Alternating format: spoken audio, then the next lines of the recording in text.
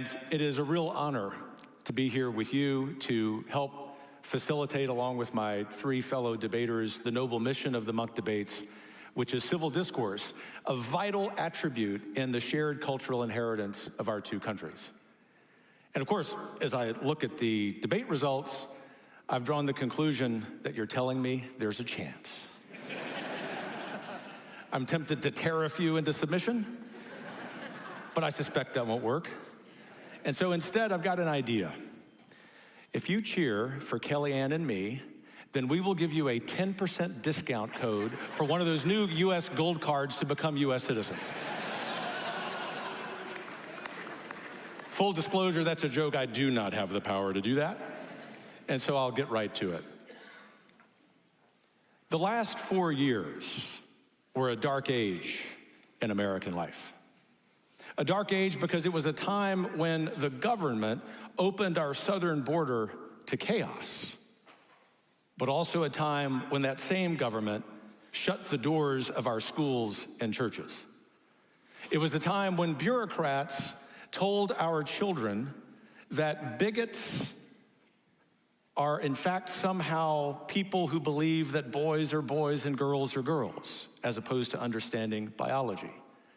These same bureaucrats told us that elites in Washington are somehow more important than people in middle America who drive trucks, listen to country music, wear boots, guilty as charged on all three. Rather than having the understanding that we are unified as a people on one major objective since our revolution, that every American is born with the right to self-governance, and now is the time to revitalize that belief. But instead,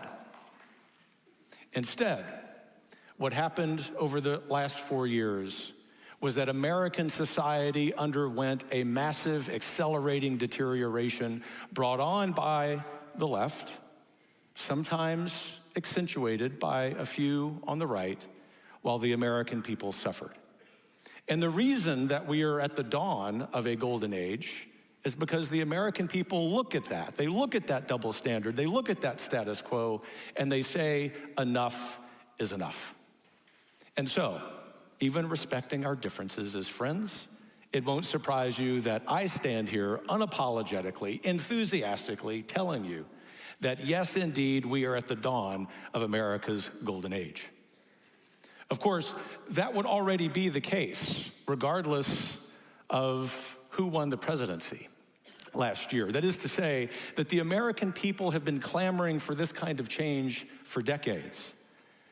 But God bless Donald Trump for bringing it to life and for having the courage in only 4 months in office to initiate a spate of reforms that admittedly the left finds a little disorienting.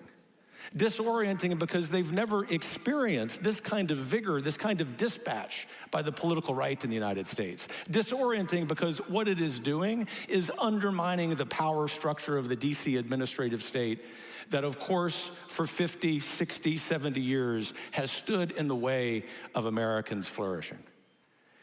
And one real important thing to keep in mind, also keeping in mind that your Canadian media try to vaccinate you from the truth, is that Donald Trump remains very popular.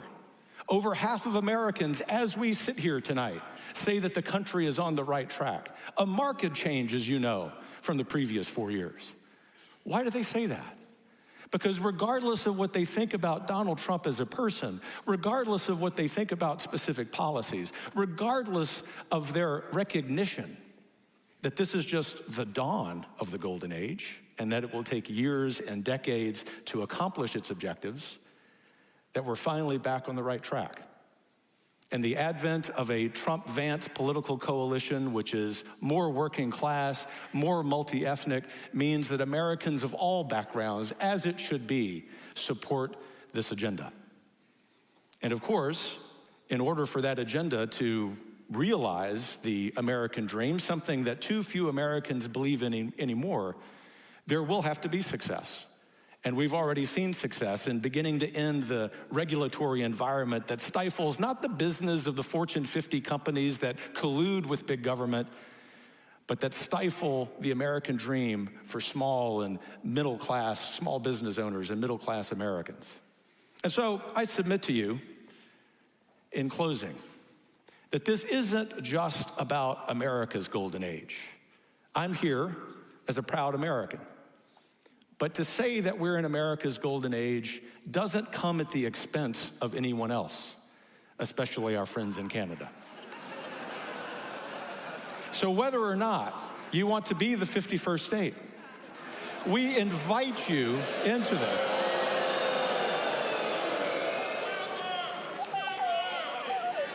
Entirely up to you. That's the point. Part of the golden age is living in national sovereignty. And so I'll close by telling you, we look forward to great success.